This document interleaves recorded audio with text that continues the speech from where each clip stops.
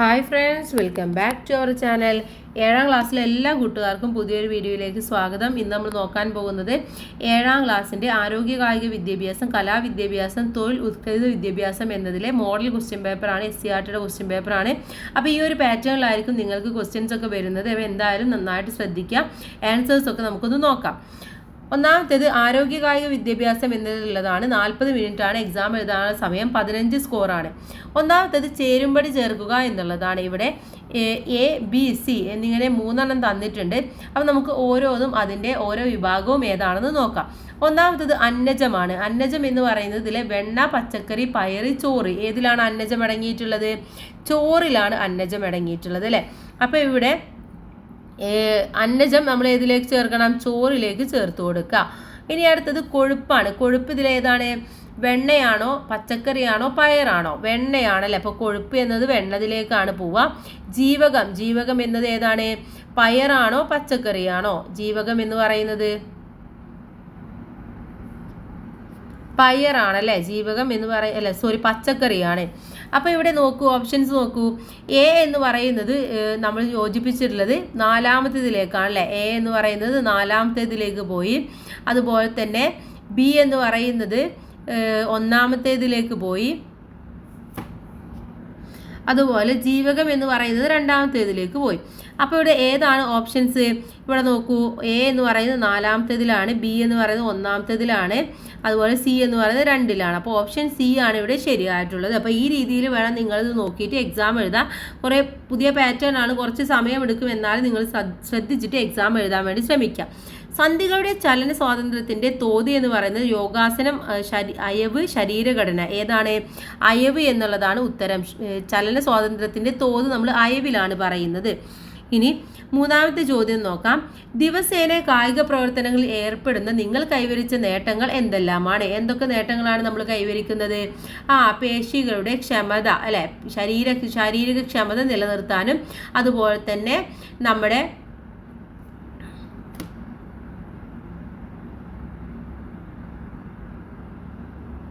നമുക്ക് കോൺസെൻട്രേഷൻ കൂട്ടാനും അതുപോലെയുള്ള കാര്യങ്ങൾക്കൊക്കെ നമ്മുടെ കായിക പ്രവർത്തനങ്ങൾ സഹായകമാകുന്നുണ്ട്. ആഹാരത്തിലെ പോഷക ഘടകങ്ങൾ ഏതെല്ലാം എന്ന് ചോദിച്ചിട്ടുണ്ട്. ഏതൊക്കെയാണ് ആഹാരത്തിലെ പോഷക ഘടകങ്ങൾ എന്ന് പറയുന്നത്? പോഷക ഘടകങ്ങൾ നമ്മൾ നേരത്തെ പറഞ്ഞു. അന്നജം, അതുപോലെ തന്നെ മാംസ്യം, കൊഴുപ്പ്, ജീവകങ്ങൾ, ധാതുക്കൾ. ഇതൊക്കെയാണ്. ഒന്നുകൂടെ പറയാം. അന്നജം, മാംസ്യം, കൊഴുപ്പ്, ജീവകങ്ങൾ, ധാതുക്കൾ. ഇനി സമീകൃത ആഹാരം അല്ലെങ്കിൽ ബാലൻസ്ഡ് ഡയറ്റ് എന്നതുകൊണ്ട് അർത്ഥമാക്കുന്നത് എന്താണ്? നമ്മുടെ ശരീരത്തിന് ആവശ്യമായിട്ടുള്ള പോഷകങ്ങളും അന്നജവും അതുപോലെ തന്നെ കൊഴുപ്പും ധാതുക്കളും ജീവകങ്ങളും എല്ലാം അടങ്ങിയിട്ടുള്ള ഭക്ഷണത്തെയാണ് നമ്മൾ ബാലൻസ്ഡ് ഡയറ്റ് എന്ന് പറയുന്നത്. ഇനി പേശി ശക്തി എന്നാൽ എന്താണെന്നാണ് ചോദിച്ചിട്ടുള്ളത്. പേശികളുടെ ശക്തിയാണ് നമ്മൾ പറയുന്നത് അല്ലേ. അപ്പോൾ പേശികൾ കൂടുതൽ സ്ട്രെച്ച് ആവുകയും അതുപോലെ തന്നെ കൂടുതൽ ഊർജ്ജസ്വലമായിട്ട് പ്രവർത്തിക്കുകയും ചെയ്യുന്നതിനെയാണ് നമ്മൾ പേശി ശക്തി എന്ന് പറയുന്നത്. പേശി ക്ഷമത എന്ന് പറയുന്നത് എന്താണെന്ന് ചോദിച്ചിട്ടുണ്ട്. നമ്മൾ ഒരു പ്രവൃത്തി ചെയ്യുമ്പോൾ നമ്മുടെ ശരീരം അതിന് വഴങ്ങുന്നുണ്ടോ, അല്ലെങ്കിൽ എത്രത്തോളം അത് നമുക്ക് പ്രാവർത്തികമാക്കാൻ കഴിയുന്നുണ്ടോ എന്നതിൻ്റെ അടിസ്ഥാനത്തിലാണ് നമ്മൾ പേശി ക്ഷമത മനസ്സിലാക്കുന്നത്. ഇതെല്ലാം ടെക്സ്റ്റ് ബുക്കിലുള്ളതാണ്. കൂട്ടുകാർ അതൊക്കെ ഒന്ന് വായിച്ചു നോക്കാം. എല്ലാ ദിവസവും വൃക്ഷാസനം ചെയ്യുന്നത് കൊണ്ടുള്ള ഗുണങ്ങൾ എന്തൊക്കെയാണെന്ന് ചോദിച്ചിട്ടുണ്ട്. ഇപ്പോൾ വൃക്ഷാസനം എന്ന് പറയുന്നത് ഒരു മരത്തിൻ്റെ യോഗാസനം പോലെയുള്ള ഒരു പോസ്റ്ററാണ്.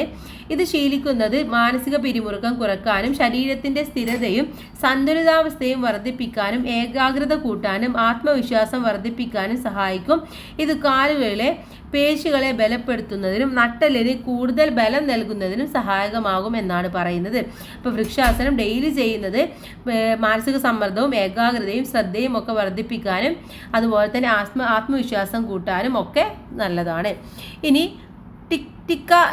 ടിക്കി ടാക്ക എന്ന മൈനർ ഗെയിം കളിച്ചപ്പോൾ നിങ്ങൾക്കുണ്ടായ അനുഭവം വിവരിക്കുക. അപ്പോൾ കൂട്ടുകാരത് കളിച്ചിട്ടുള്ളതായിരിക്കും സ്കൂളിൽ നിന്ന്. അത് കളിച്ചപ്പോൾ നിങ്ങൾക്ക് എന്താണോ ഫീൽ ചെയ്തത് അതാണ് നിങ്ങൾ അവിടെ എഴുതേണ്ടത്. അടുത്ത ചോദ്യം, ആരോഗ്യ സംബന്ധിയായ കായികക്ഷമത ഘടകങ്ങളുടെ പദസൂര്യം പൂർത്തിയാക്കുക. ഇവിടെ ആരോഗ്യ സംബന്ധമായ കായികക്ഷമതാ ഘടകങ്ങളാണ്. പേശി ക്ഷമത തന്നിട്ടുണ്ട്. പിന്നെ എന്തൊക്കെ കൊടുക്കാം? പിന്നെ നമുക്ക് പേശി ശക്തി എന്ന് പറയാം അല്ലേ. നമുക്ക് അടുത്തൊരു ഘടകം എന്ന് പറയുന്നത് പേശി ശക്തിയാണ്. അതുപോലെ തന്നെ നമുക്ക് എന്ത് വേണം, വഴക്കം വേണം അല്ലേ, ശരീരത്തിന് വഴക്കം വേണം. കൂടാതെ ശരീരഘടനാനുപാതം ഉണ്ടായിരിക്കണം, ശരീരഘടനാനുപാതം.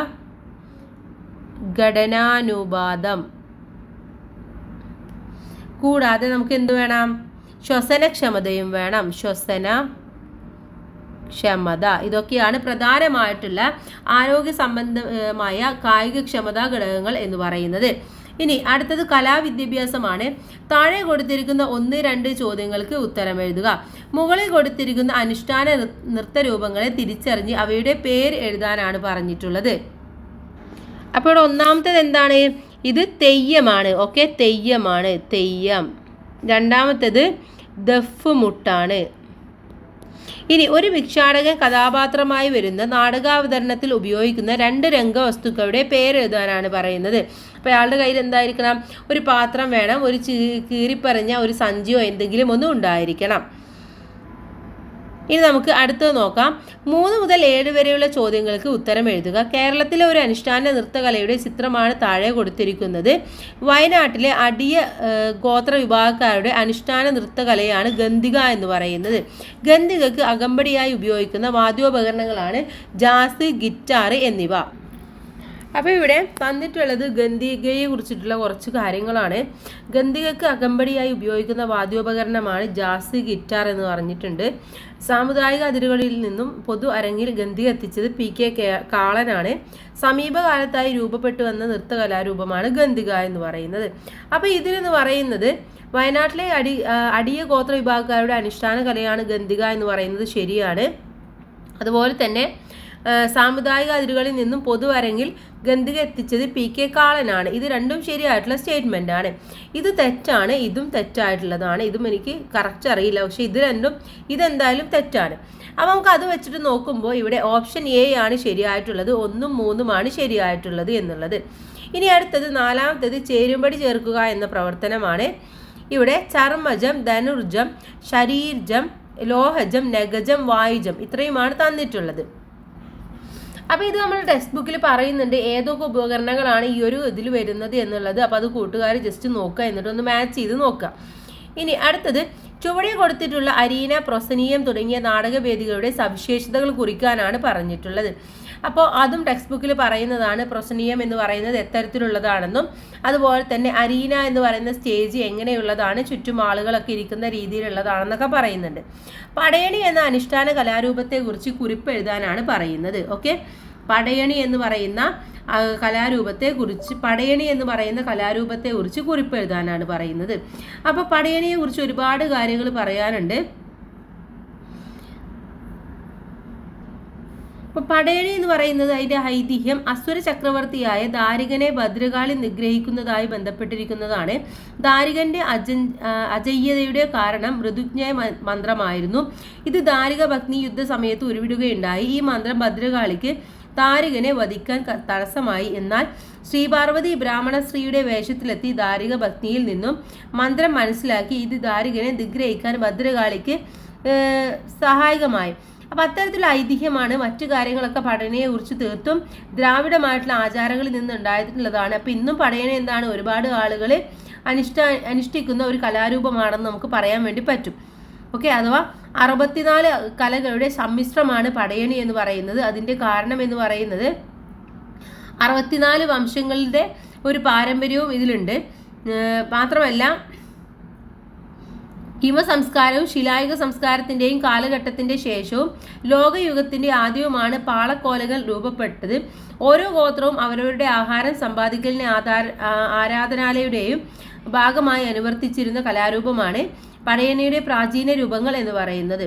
പിന്നീട് അതെന്താണ്, കാലക്രമേണ പടയണി ഒരുപാട് ചെറിയ ചെറിയ മാറ്റങ്ങളോട് കൂടിയിട്ടാണ് ഇന്ന് നിലവിലുള്ളത് എന്ന് നമുക്ക് പറയാൻ വേണ്ടി പറ്റും. ഓക്കെ, ഇനി അടുത്തത് കളർ വാല്യൂ എന്ന് പറഞ്ഞാൽ എന്താണെന്ന് ചോദിച്ചിട്ടുണ്ട്.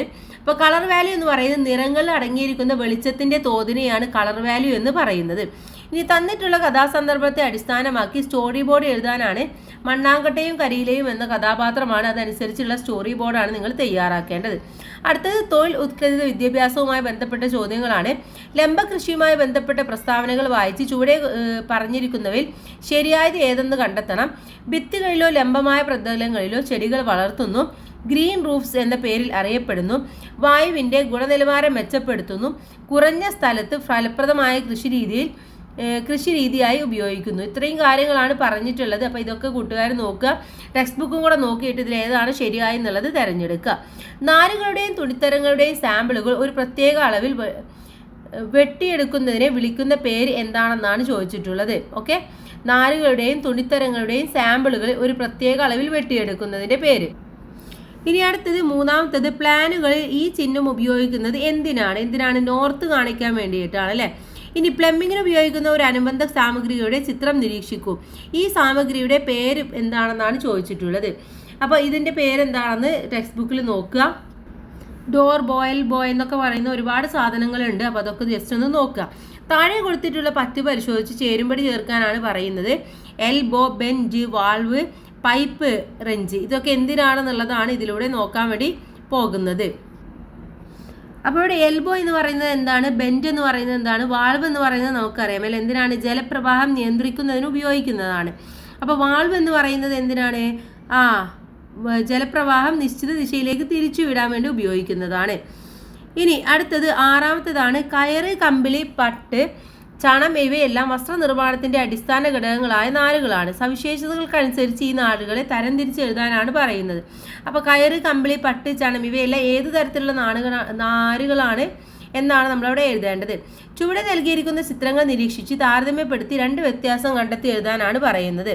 അപ്പോൾ വൈവിധ്യമാർന്ന നിർമ്മിക്കുന്നതിൻ്റെ ആവശ്യകത എന്താണ് എന്ന് ചോദിക്കുന്നുണ്ട്. എന്താണ്? എല്ലാവർക്കും ഒരുപാട് വെറൈറ്റി ആയിട്ടുള്ള വസ്ത്രങ്ങൾ ധരിക്കാനാണ് ഇഷ്ടം.